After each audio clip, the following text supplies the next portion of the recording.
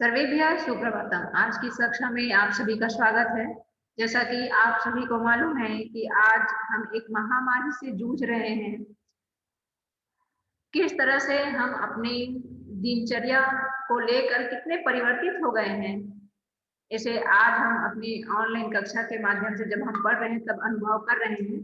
इसी को याद दिलाने के लिए हमें अभी क्या दिवाली का त्योहार आ रहा है, ऐसे समय पर हमें व्यवस्थित ढंग से सुरक्षित होकर त्योहार और बाकी सारी चीजें करनी चाहिए।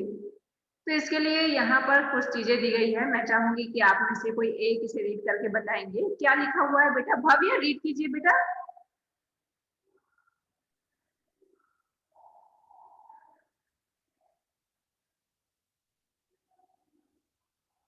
भव्य, आप अच्छा, चलिए ठीक है, कोई नहीं। राघव, आप स्क्रीन पर पूरा दिखिए बेटा, वीडियो पर पूरा दिखिए, आपके दिख रहे हैं। हाँ, ठीक है। चलिए भाविक, आप रीड कीजिए तो बेटा। Yes ma'am. कोरोना से बचे के 3 उपाय। मास्क लगाना है, हाथ लग घेरी भेरी धोना है, दूरिया रहना है। तो इस तरह से किस तरह हम अपने आप को सुरक्षित रख पाएंगे, जैसा कि हम पिछले 6 महीने से करते आए हैं, इस तरह से हम अपने आप को और अपने परिवार को, साथ ही साथ समाज और देश को व्यवस्थित कर पाएंगे। ये आप सभी देख पा रहे हैं कि किस तरह से सोशल अगर डिस्टेंसिंग रही हमारी, तभी हम इस महामारी और से जूझ पाएंगे और इन्हें अपने जड़ से समाप्त करने का प्रयास कर सकते हैं। और आज हम सुरक्षित इसीलिए हैं कि इन सभी को हमने व्यवस्थित ढंग से अपनाया हुआ है अपनी दिनचर्या में। तो आगे आने वाले समय में भी हमें इसी तरह से चीजों को व्यवस्थित कर, दूरी बनाते हुए, सामाजिक कार्यों का संचालन करते हुए अपने जीवन का निर्वाह करना होगा।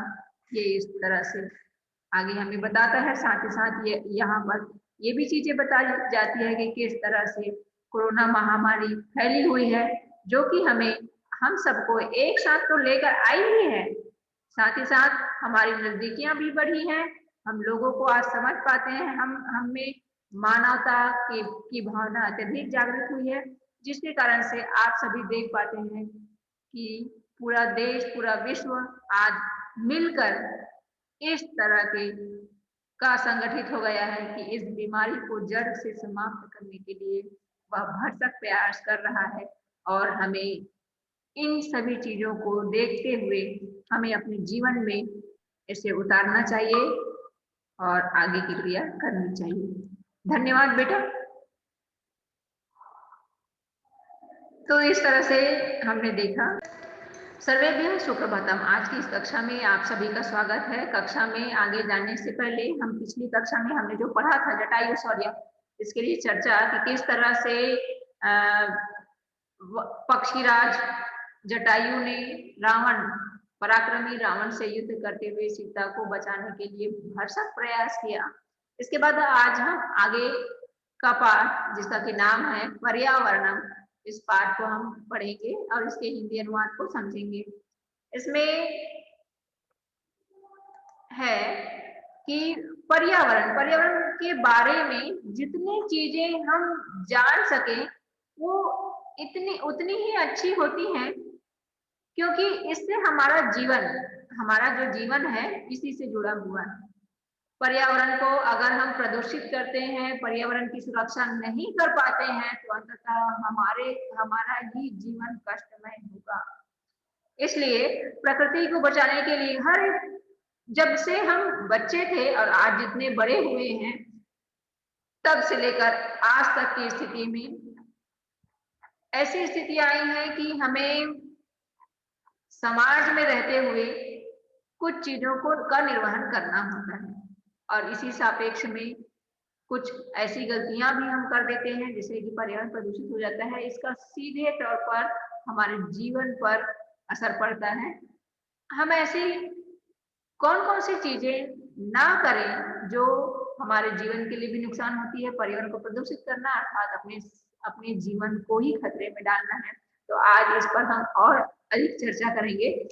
तो इस तरह से ये पाठ है एकादशः पाठः। एकादशः पाठः पर्यावरणम। पर्यावरण के लिए इसमें कहा गया है। मैं चाहूंगी कि आप में से स्वेच्छा से ये जो पैराग्राफ हिंदी में दिया गया है इसे रीड कीजिए प्लीज। आ जाइए बेटी परी। परी आप अनम्यूट है, आइए।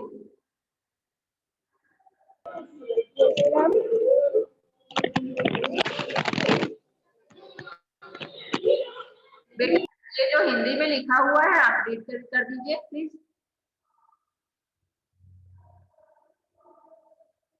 Yes ma'am. हिंदी में ये जो पैराग्राफ लिखा हुआ है उसे पढ़िए।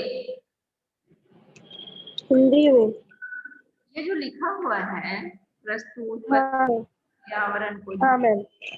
प्रस्तुत पाठ्यांश पर्यावरण को ध्यान में रखकर लिया गया एक लघु निबंध है। वर्तमान युग में प्रदूषित वातावरण मानव जीवन के लिए भयंकर अभिशाप बन गया है। नदियों का जल कलुषित हो रहा है, वन वृक्षों से रहित हो रहे हैं, मिट्टी का कटाव बढ़ने से बाढ़ की समस्याएं बढ़ती जा रही है। कारखानों और वाहनों के धुएं वायु वैशाली हो रही है। वन्य प्राणियों की जातियां भी नष्ट हो रही हैं।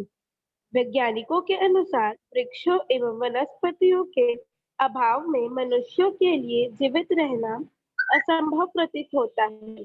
पत्र, पुष्प, फल, काष्ठ, छाया एवं औषधि प्रदान करने वाले पादपों एवं वृक्षों की उपयोगिता वर्तमान समय में पूर्व अपेक्षा अधिक है।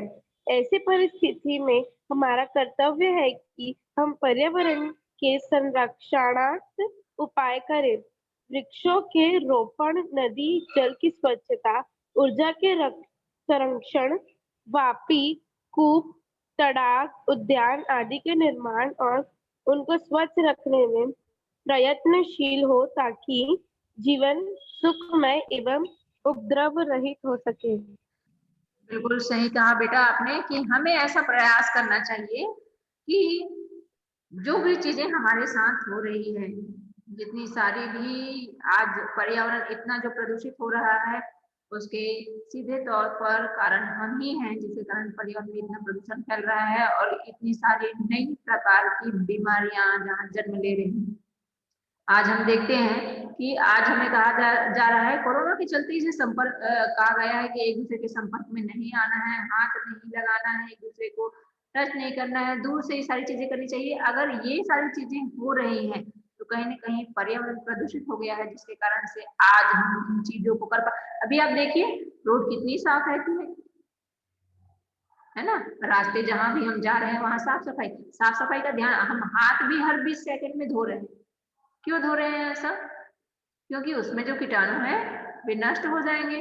तो इसी तरह से हमें ये केवल अभी नहीं पूरे जीवन भर इस तरह के कार्यों को करना चाहिए, जिसके कारण से पर्यावरण को हमें और अत्यधिक वृक्षों से परिपूर्ण करना चाहिए।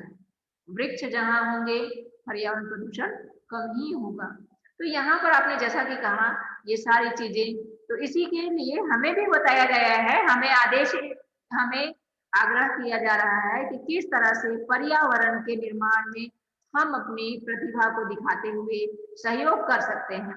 जैसा कि एक बहुत अच्छी चीजें हम कर सकते हैं यहाँ पर कि क्यों ना प्रत्येक वर्ष हम एक नियम बना लें कि अपने जन्मदिन पर एक पौधा अवश्य हम लगाएंगे और उसकी देखरेख साल भर तक करेंगे। अगर ऐसे करते रहें तो सोचिए हम कितने सारे वृक्षों के संरक्षक बन जाएंगे। वृक्ष ही हो जाएंगे वे पौधे। तो ऐसे आप करेंगे और आने वाले समय में और भी बच्चे करेंगे। तो सोचिए ये जो वातावरण जिसके लिए हम कह रहे हैं कि आज प्रदूषित हो गया है, तो कितनी सभी जगह हरियाली छा जाएगी। यहाँ पर लिखा हुआ है, हम इसके हिंदी अर्थ की ओर चलते हैं।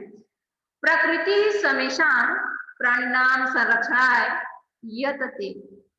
प्रकृति समेषां, प्रकृति में ही पूरी तरह से प्राणियों का संरक्षण होता है।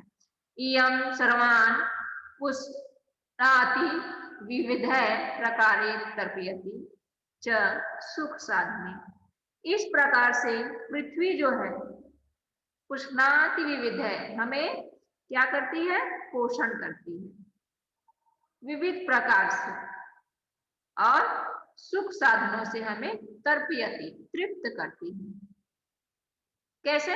आज हम जिस सोफे पर बैठे हैं, जिस पलंग पर हम बैठे हैं, वह हमारा सुख का ही साधन है, और ये मिली कहाँ है हमें? वृक्ष से। तो प्रकृति से ही हमें मिली है। अगर इस तरह के कार्य ना हो तो ऐसी स्थिति में अगर वृक्ष ना हो तो ये हम अपनी सुख सुविधा की कल्पना भी नहीं कर सकते। आगे इसमें लिखा हुआ है, पृथ्वी जलम तेजो वायु आकाशास्या प्रमुखानि तत्वानि। हम पहले से ही पढ़ते आ रहे हैं, 5 जो है प्रमुख तत्व हैं जिनसे इसकी सृष्टि का निर्माण हुआ है, और वे 5 तत्व हैं पृथ्वी, जल, गर्मी अर्थात सूर्य, वायु, आकाश। तान्य मिलित्वा पृथिव्या वास्माकं पर्यावरण रचयति। इन सभी चीजों से मिलकर हमारे पर्यावरण का निर्माण होता है। आव्रियते परितः समन्तात् लोकोन्नेति पर्यावरण। और इस तरह से हम जो है, हमारे लिए यह जो पृथ्वी है, यह जो पर्यावरण है, संसार के चारों ओर समनात लोकेन्नेति पर्यावरण, हमारे चारों ओर यह जो पर्यावरण है वो फैला हुआ है। आज हम नजरें उठाकर जहां भी देखेंगे बेटा, क्या दिख रहा है? आप जहां बैठे हैं वहां से भी अगर आप कहीं पर भी अपनी नजरों को घुमा कर देखिए, क्या दिख रहा है आपको? सब तरफ प्रकृति ही दिख रही है। प्रकृति अर्थात कि ऐसी चीजें जो हमें ईश्वर द्वारा प्रदत्त है। आज अगर हम कमरे में भी बैठे हैं तो श्वसन के माध्यम से जिस वायु को ग्रहण कर रहे हैं वो भी प्रकृति प्रदत्त ही है। बिना प्रकृति प्रदत्त हम अपने जीवन का निर्वहन, अपने जीवन को जीने की बात सोच ही नहीं सकते। आज व्यक्ति देखिए पैसों के पीछे जा रहा है कि जो जितना जिसके पास धन है वह व्यक्ति उतना ही अमीर है कहा जा रहा है, लेकिन अगर उसके पास जीवन ही नहीं है, ऐसी स्थिति में उस धन का उस व्यक्ति के द्वारा क्या किया जाएगा? तो ऐसी ही चीजें यहाँ पर कही गई है। यहाँ पर आगे लिखा हुआ है, यथा जात शिशु मातृगर्भे सुरक्षित तिष्ठति तथैव मानव पर्यावरण कुछ है से तात्पर्य गोद में, है ना। तो जैसे कि जन्म लेने वाला जो बच्चा है वह अपनी माता के घर में जैसा सुरक्षित स्थित रहता है, वैसे ही हम मानव जो है पर्यावरण की गोद में रहकर सुरक्षित है। परिष्कृतम प्रदूषण रहितम च पर्यावरणमस्यभ्यं सांसारिकं जीवन सुखम सद्विचारं सत्य संकल्प मांगलिक सामग्रीं च प्रददाति। परिष्कृत त्याग कर, किसे त्याग कर? प्रदूषण रहित। इस च पर्यावरणमवश्यम, इस पर्यावरण को अगर हमने प्रदूषण रहित कर दिया तो सांसारिक सुख हमें यह प्रदान करती है। सद्विचारम अर्थात आचरण हमारा अच्छा हो जाता है। सत्य संकल्प मांगलिक सामग्री, ये सारी चीजें हमें कहाँ से प्रदान होती हैं, कहाँ से मिलती हैं, कहाँ से हम लेते हैं? तो प्रददाति, यहीं से मिलता है, प्रकृति से। प्रकृति को अतांकितो जना किम कर्तुम प्रभवति। मैंने अभी कहा ना कि व्यक्ति धन के पीछे भाग रहा है, ऐसी स्थिति में व्यक्ति जो धन के पीछे भाग रहा है, ऐसी स्थिति में अगर उसका जीवन ही समाप्त हो जाए तब क्या होगा? तो इसे ही कहा गया है, प्रकृति को आतंकितो जना किम कर्तुम प्रभवति। कि प्रकृति के प्रकोप से, क्रोध से अगर व्यक्ति पीड़ित हो जाए तो जना किम कर्तुम प्रभवति, तो जना उसके प्रभाव, लोग जो है उसके प्रभाव से नहीं बच पाएंगे। क्या कर पाएंगे? सुनामी आई थी, क्या हो गया? आज व्यक्ति उस जगह से पूरी तरह से बर्बाद हो गया। जहां भूकंप आता है क्या होता है? व्यक्ति सोचने में ही लगा रहता है, स्वयं की दिनचर्या में ही व्यवस्थित रहता है, लेकिन क्या होता है अचानक? तो यही प्रकृति का प्रकोप है। जिस तरह से आज ग्लेशियर से बर्फ पिघल रहे हैं, पानी की मात्रा बढ़ रही है, हमारा यह जो संसार है उसमें जल की मात्रा अधिक हो गई है और ये पूरी पृथ्वी डूबने वाली है, ऐसा जहां वैज्ञानिकों के माध्यम से हमारी तक बात आती है। और उसके लिए हमने क्या किया? आज तो हम अपने आप में व्यस्त हैं और केवल अपने के लिए सोच रहे हैं। अगर ये पूरी पृथ्वी ही डूब जाएगी, ऐसे स्थिति में हम जो भी कर रहे हैं उसका लाभ किसे प्राप्त होगा? तो जो मूल चीज है वो मानव नहीं समझ रहा है। तो इसलिए क्या कर सकता है? जल प्लावने, अग्नि भय, भूकंप, जी उदाहरण दिया जा रहा है जैसे हमने अभी कहा। जल प्लावने, बाढ़ की स्थिति, अग्नि भय, अग्नि के डर से, भूकंप, वाता चक्र की अगर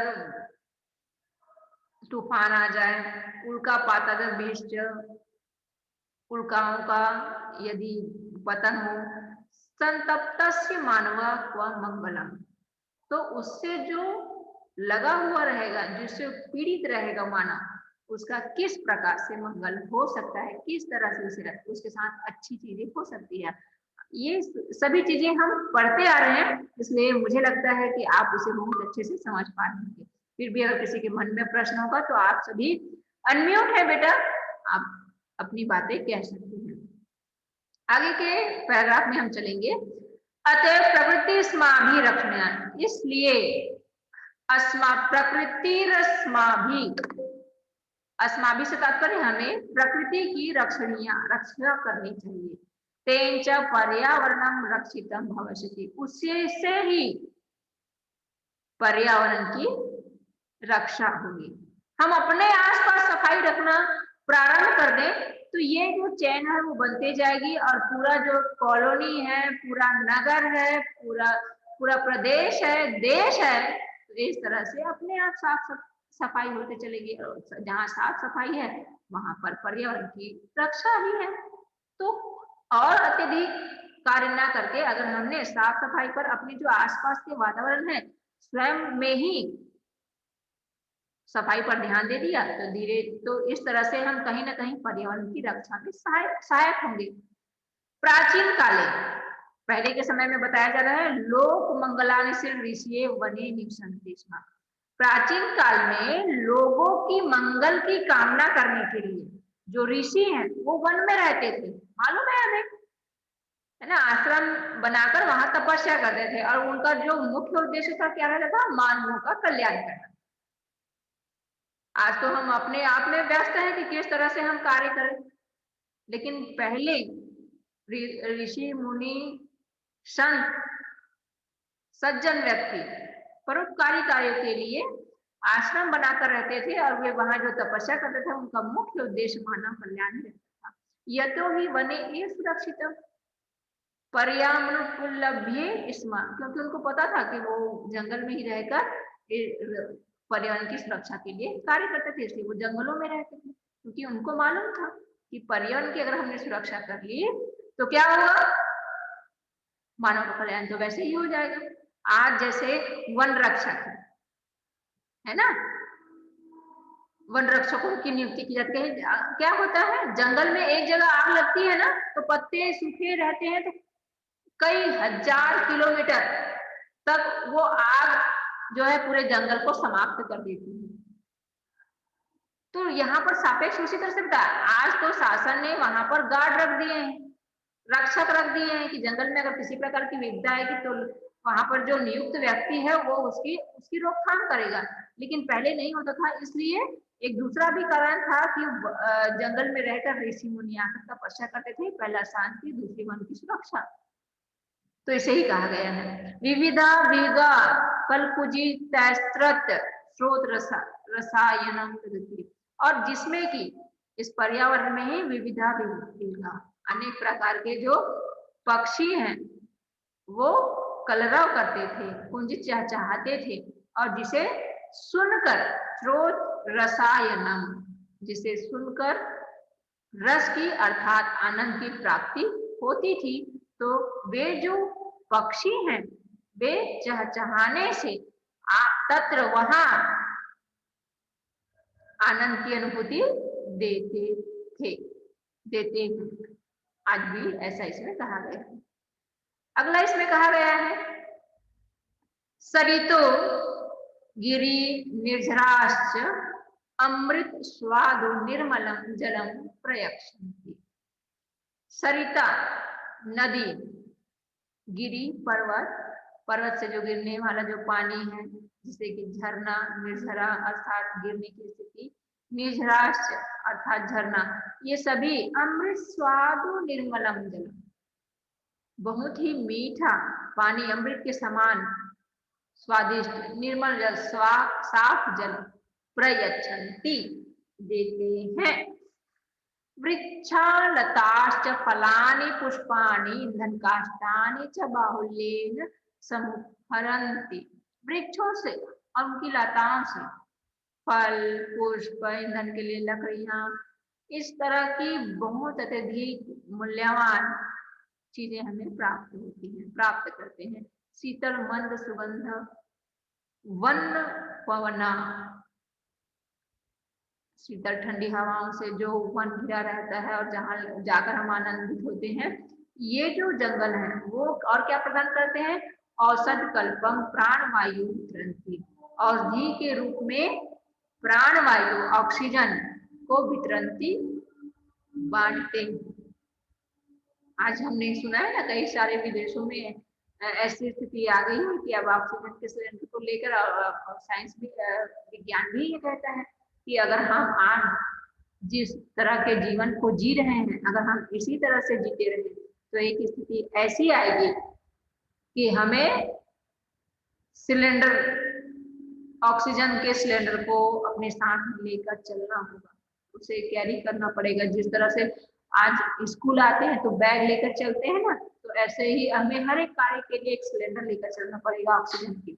तो ये जो स्थिति बनेगी, क्या वो सही है? क्या वह उचित है? अगर नहीं है तो हमें पर्यावरण की सुरक्षा करनी चाहिए। ये तो हम सुनते ही हैं। पर्यावरण में जंगल किसे पसंद नहीं होगा? जो स्वच्छ वातावरण है, निर्मल जल है, नदी, बहती हुई नदी देखना किसे पसंद नहीं? झरने, उनको देख कर ही, ऐसे ही कहीं अगर हमने देख लिया, उनके दृश्य को ही देखकर हम आनंदित हो जाते हैं। कहीं पोस्टर में लगा हुआ है या कहीं फिल्मों में दिख रहा है या फिर किसी और जगह हमने देख लिया, तो कैसे बहती हुई नदी या गिरता हुआ जो झरना है कैसे मन को आनंदित कर देता है। तो ये इसी का परिदृश्य, ये जो जंगल है दिख रहे हैं कि चिड़िया जो है स्वच्छंद विचरण करते हुए इस तरह से आनंदित वातावरण का निर्माण कर रही है। आप में से किसी को इन तीनों पैराग्राफ में से किसी कुछ पूछना होगा तो आप पूछ सकते हैं। बेटा आप अनम्यूट हैं।